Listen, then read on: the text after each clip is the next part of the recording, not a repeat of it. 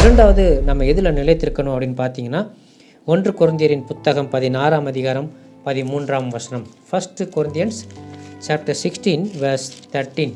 1 கொரிந்தியர் 16 வசனம் 13. விழித்திருங்கள், விசுவாசத்திலே நிலைத்திருங்கள், புருஷராய் இருங்கள், திடன் கொள்ளுங்கள். ஸோ முதலாவதாக தேவனுக்குள்ளாக என்னில் நிலைத்திருங்கன்னு ஆண்டவர் சொன்னார். இயேசு கிறிஸ்துவுக்குள்ளாக, தேவனுக்குள்ளாக, கர்த்தருக்குள்ளாக நாம் நிலைத்திருக்க வேண்டும். அதற்கு நம்ம என்ன செய்யணும் அப்படிங்கிறத நம்ம பார்த்தோம். இங்கு இரண்டாவதாக வேதம் நமக்கு சொல்லுகிற ஒரு அறிவுரை, எதில் நாம் நிலைத்திருக்க வேண்டுமானால் விசுவாசத்தில் நம்ம நிலைத்திருக்க வேண்டும். விசுவாசத்தில் நிலைத்திருந்தால் தான் நம்ம விசுவாசிகள். நமக்கு பேர் விசுவாசிகள், ஆனால் நம்மிடத்தில் விசுவாசமே இல்லைன்னா என்ன அர்த்தம்? நிறைய நேரம் நம்முடைய பேச்சும் செயலும் முரண்பட்டதாக காணப்படுகிறது. விசுவாசம் இல்லாதவர்களாக நம்முடைய செயல்கள் காணப்படுகிறது. பேச்சு விசுவாசி மாதிரி நம்ம பேசிகிட்டு இருக்கிறோம். வசனம் சொல்கிறது விசுவாசத்தில் நிலைத்திருங்கள். அப்போ எப்போமாவது வந்துட்டு போகிறதுக்கு பேர் விசுவாசி கிடையாது, விசுவாசம் கிடையாது. விசுவாசம் என்பது விசுவாசிகள் என்று அழைக்கப்படுகிற அல்லது கிறிஸ்தவர்கள் என்று அழைக்கப்படுகிற நமக்குள்ளாகவே எப்பொழுதுமே இருக்க வேண்டும். விசுவாசத்தில் நிலைத்திருக்க வேண்டும். அதில் ஒரு ஆட்டம் காட்டக்கூடாது, ஆட்டம் இருக்கக்கூடாது. அது அது நாணலை போல் அங்கேயும் ஆடக்கூடாது. விசுவாசம் தேவனிடத்தில் நம்ம நிலைத்திருக்க வேண்டும். இரண்டாவதாக விசுவாசத்தில் நிலைத்திருக்க வேண்டும். ஸோ கொலேசியர் 1:22 வாசிக்கலாமே. Colossians chapter 1 verse 22. கொலேசியர் 1ஆம் அதிகாரம் 22ஆம் வசனம். கொலேசியன்ஸ் 1:22. நீங்கள் கேட்ட சுவிசேஷத்தினால் உண்டாகும் நம்பிக்கையை விட்டு அசையாமல் ஸ்திரமாயும் உறுதியாயும் விசுவாசத்திலே நிலைத்திருப்பீர்களானால் அப்படி ஆகும்.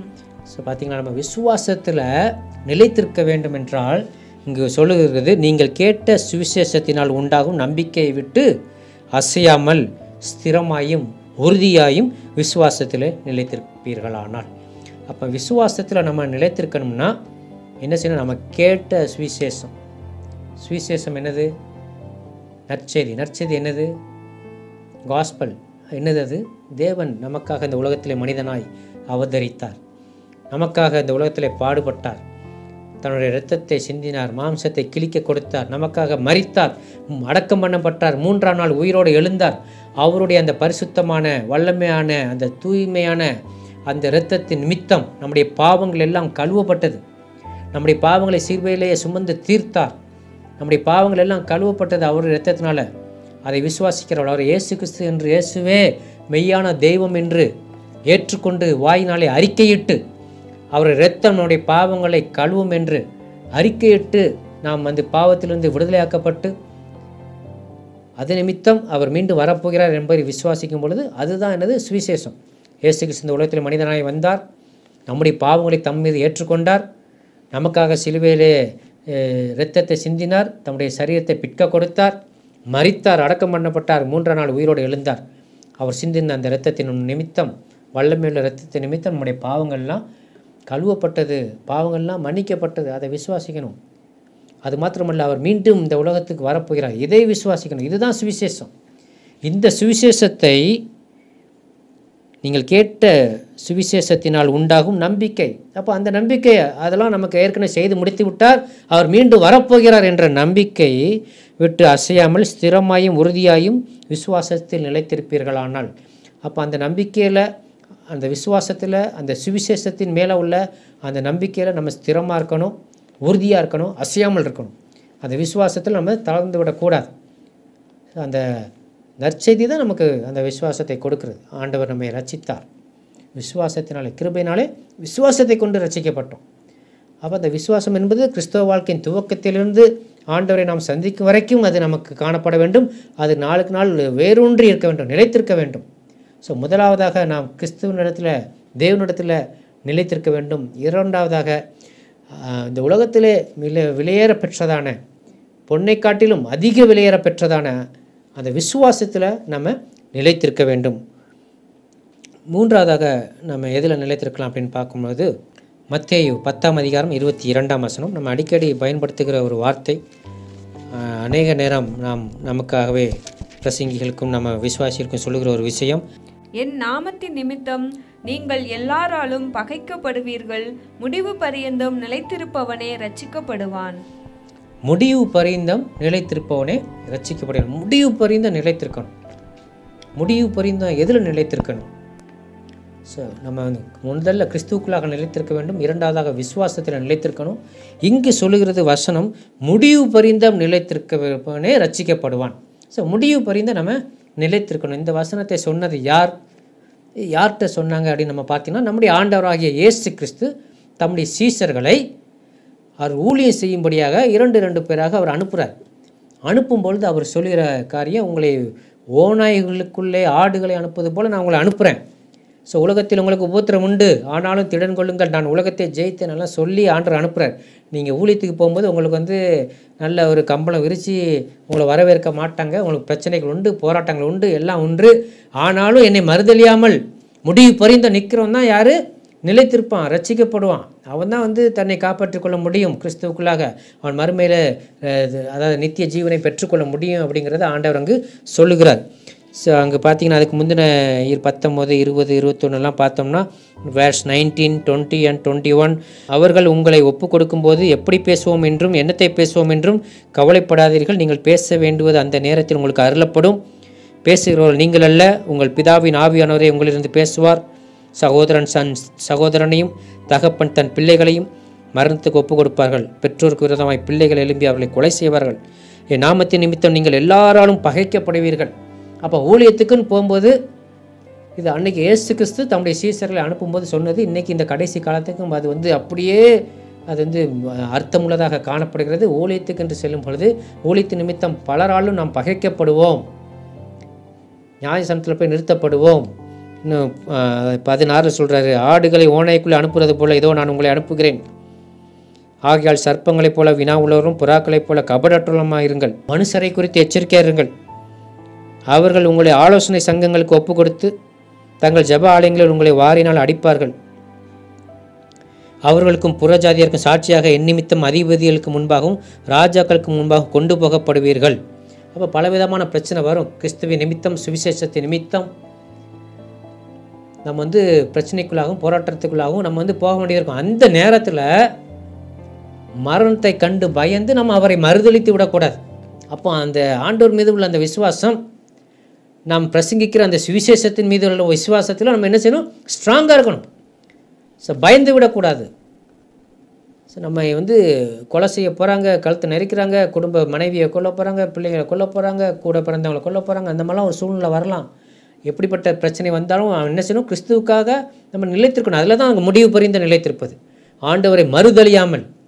ஸோ மரணம் நேரிடுகிறதே ஆனாலும் தங்கள் ஜீவனையும் பாராமல் ஆட்டுக்குட்டியின் இரத்தத்தினாலும் சாட்சியின் வசனத்தினாலும் தங்களை காத்தவர்கள் அவங்க தான். ஏதாவது தான் அங்கே போட்டிருக்கு. அப்போ நமக்கு ஒரு சாவு வரதா இருந்தாலும், அவ்வளோ பெரிய பிரச்சனை நமக்கு சுவிசேஷத்து நிமித்தம், கிறிஸ்துவ நிமித்தம், for the sake of gospel, for the sake of Christ, நம்ம பிரச்சனைகளையும் போராட்டங்களையும் அல்லது நம்ம உயிரையே கொடுக்க வேண்டியது இருந்தாலும் அந்த நேரத்தில் என்ன செய்யக்கூடாது?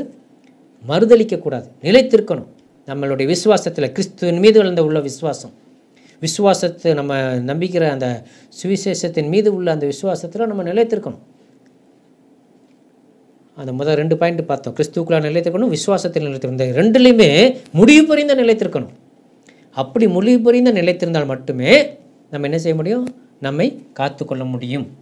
ஸோ நம்ம அதை தான் அங்கே வசனம் சொல்கிறது. அவர் சுவிசேஷ ஊழியம் செய்யும்படியாக தம்முடைய சீசரை அனுப்பும் பொழுது சொன்ன வார்த்தை. ஸோ நம்ம ரட்சிக்கப்படும் போது விசுவாசத்தை கொண்டு நம்ம ரட்சிக்கப்படுகிறோம். அந்த ரட்சிப்பு வேறு, இந்த ரட்சிப்பு வேறு. ஸோ எனவே இது ஊழியம் செய்யும் பொழுது நமக்கு வருகிற பிரச்சனைகள், போராட்டங்கள், இவைகள் எல்லாவற்றிலும் நாம் முதலாவதாக பார்த்த தேவனுக்கு நிலைத்திருப்பது, இரண்டாவதாக பார்த்த கிறிஸ்துவுக்கு நிலைத்திருப்பது, இந்த ரெண்டுலேயும் முடிவு புரிந்த நிலைத்திருக்கணும். ஸோ இதை அசைக்கத்தக்கதாக, அதிலிருந்து விலகத்தக்கதாக நமக்கு பிரச்சனைகள் வரும். உலகம் நம்மளை துன்பப்படுத்தும், டார்ச்சர் பண்ணுவாங்க, எல்லாம் பண்ணுவாங்க. மீறி போனால் என்ன பண்ணுவாங்க? கொலை பண்ணுவாங்க, அவ்வளோதான். ஸோ மாம்சத்தை அழிக்க வல்லவர்களுக்கு பயப்படாமல், மாம்சத்தையும் நம்முடைய ஆவியும் அழிக்கத்தக்க அவருக்கு தான் நம்ம பயப்படணும். இவங்களுக்கு நம்ம பயப்பட வேண்டிய அவசியம் இல்லை. ஆத்மாவையும் அழிக்க வல்லவருக்கே நம்ம பயப்படணும். ஸோ எனவே நம்ம நிலைத்திருக்க வேண்டியது கிறிஸ்துவுக்குள்ளாக, விசுவாசத்திற்குள்ளாக, இந்த இரண்டிலையும் முடிவு புரிந்த நிலைத்திருக்க வேண்டும். முடிவு புரிந்த நிலைத்திருந்தால் மட்டுமே நம்ம ரட்சிக்கப்படுவோம் என்பதை இங்கு வார்த்தை சொல்கிறது. எனவே அன்பானவர்களே, இந்த நாளிலும் தேவன் நம்மோடு கூட பேசியிருக்கிற விஷயங்கள் முதலாவதாக கிறிஸ்துவுக்குள்ளாக நம்ம நிலைத்திருக்கணும். எப்படின்னா அவரை நேசிப்பதின் நிமித்தமாக, அவர் நமக்கு கொடுத்த அபிஷேகத்தின் நிமித்தமாக, அவர் நமக்கு கொடுத்த அந்த பரிசுத்த ஆவி நிமித்தமாக நாம் அவருக்குள்ளாக நிலைத்திருக்கிறோம் என்பதை வெளிப்படுத்த முடியும். முக்கியமாக நம்மை சுற்றி இருக்கிற அனைவரோடும் கூட அன்பாக இருப்பது நிமித்தம் நாம் தேவனில் அன்பாக இருக்கிறதை காட்ட முடியும். தேவனிடத்தில் அன்பாக இருந்தால் தான் அவரோடு கூட நம்ம அன்பாக இருக்க முடியும். அவரோடு கூட அன்பாக இருந்தால் மட்டுமே அவர் வரும்போது நம்ம அவரை எதிர்கொள்ள முடியும். ஸோ எனவே அந்த நாளிலும் தேவன் நம்மோடு கூட பேசியிருக்கிற வார்த்தைகள், நிலைத்திருக்க வேண்டிய விஷயங்கள், தேவனுக்குள்ளாக நிலைத்திருப்போம், விசுவாசத்தில் நிலைத்திருப்போம், தேவனுடைய உபதேசத்தில் நிலைத்திருப்போம், தயவில் நிலைத்திருப்போம், முடிவு பரிந்த நிலைத்திருப்போம். எதில் நிலைத்திருந்தாலும் அதெல்லாம் என்ன செய்யணும்? முடிவு பரிந்த நிலைத்திருக்க வேண்டும். அப்படின்னால் மட்டுமே அது அர்த்தமுள்ளதாக இருக்கும். அப்படிப்பட்ட கிருபைகளை தேவன் நமக்கு கொடுப்பாராக. நாம் ஜெபிக்கலாம். எங்கள் மீது அன்புள்ள பரிசுத்த பிதாவே, இன்று நீர் எங்களோடு கூட பேசி நம்முடைய வார்த்தைகளுக்காக நன்றி செலுத்துகிறோம். அப்பா, இந்த கடைசி காலத்தில் நாங்கள் வாழ்ந்து கொண்டிருக்கிறோம். நிலையற்ற ஒரு உலகத்திலே வாழ்ந்து கொண்டிருக்கிறோம். அநேக நேரம் நிலையற்ற சூழ்நிலை எங்களை சுற்றிலும் காணப்படுகிறது. ஒரு ஸ்திரமான திடமான முடிவில் எடுக்க முடியாத ஒரு சூழ்நிலை. இவைகளுக்கு மத்தியிலே நாங்கள் எதிலே நிலைத்திருக்க வேண்டும், ஸ்திரமாக காணப்பட வேண்டும், உறுதியாக இருக்க வேண்டும் என்பதை குறித்து எங்களோடு கூட பேசினீர். அப்பா, உமக்குள்ளாக, உம்முடைய அன்புக்குள்ளாக நாங்கள் நிலைத்திருக்க வேண்டும் என்பதை எங்களோடு கூட பேசினீர். நமக்கு நன்றி அப்பா. இந்த நாளிலும் ஆண்டவரே, இந்த செய்தியை தொலைக்காட்சியின் மூலமாக கேட்டுக்கொண்டிருக்கிற, யூடியூப் மூலமாக கேட்டுக்கொண்டிருக்கிற, டிஜிட்டல் மீடியா மூலமாக கேட்டுக்கொண்டிருக்கிற ஒவ்வொருக்காக ஜெபிக்கிறேன். ஒவ்வொருவரையும் நீங்கள் ஆசீர்வதிங்கப்பா. உமக்குள்ளாக நிலைத்திருக்கும் கிருபையை கொடுக்க முடியாது ஜெபிக்கிறேன். ஆண்டவரே, உமக்குள்ளாக உம்முடைய அன்பிலே நிலைத்திருக்க உதவி செய்யுங்கப்பா. விசுவாசத்திலே நாங்கள் நிலைத்திருக்க உதவி செய்யுங்க ஆண்டவரே. முடிவு பரிந்த உமக்குள்ளாக உம்முடைய அன்பிலும் விசுவாசத்திலும் நிலைத்திருந்து ஆண்டவரே, அந்த ரட்சிப்பை நாங்கள் காத்துக்கொள்ள எங்களுக்கு உதவி செய்யுங்க ஆண்டவரே. அது மாத்திரமல்ல, உம்முடைய தேவ தயவிலும் கிறிஸ்துவின் உபதேசத்திலும் ஆண்டவரே அழைக்கப்பட்ட நிலையிலும் நாங்கள் நிலைத்திருக்க ஒவ்வொருவருக்கும் நீங்கள் உதவி செய்யுங்க அப்பா. அந்த கடைசி காலம் எங்களை அசைக்கிற ஒரு காலம் ஆண்டவரே, இதில் நாங்கள் நிலைத்திருக்க. பெரும் மழை வந்தது, புயல் வந்தது, ஆனாலும் அந்த வீடு நிலைத்திருந்தது. கண்மலையின் மேலே கட்டப்பட்ட, கிறிஸ்துவின் மீது கட்டப்பட்ட அந்த வீடு நிலைத்திருந்தது போல நாங்களும் ஆண்டவரே நிலைத்திருக்கத்தக்கதாக உம்முடைய அன்பிலும் ஆண்டவரே, உம்முடைய உபதேசத்திலும் உம்முடைய தயவிலும் நாங்கள் நிலைத்திருந்து ஆண்டவரே, எவ்வளோ பிரச்சனைகள், போராட்டங்கள், புயல் அடித்தாலும் பெரும் மழை பெய்தாலும் அசைக்கப்படாதவர்களாய் நாங்கள் காணப்பட எங்களுக்கு உதவி செய்யுங்க. நிலைத்திருக்க, உண்மைக்குள்ளாக நிலைத்திருக்க, விசுவாசத்தில் நிலைத்திருக்க, முடிவு புரிந்தும் நிலைத்திருக்க எங்களுக்கு உதவி செய்யுங்க. அப்படி நீ செய்வதற்காக உமக்கு நன்றி செலுத்துகிறோம். துதி கன மகிமை உமக்கே செலுத்துகிறோம். இயேசு நாமத்தினால் ஜெபிக்கிறோம் பிதாவே, ஆமென். இந்த நிகழ்ச்சியை குறித்த உங்கள் கருத்துக்கள் வரவேற்கப்படுகிறது. எங்களுடைய முகவரி அதிசயம் TV, number W759 4th Avenue, Anna Nagar west extension, Chennai 600101.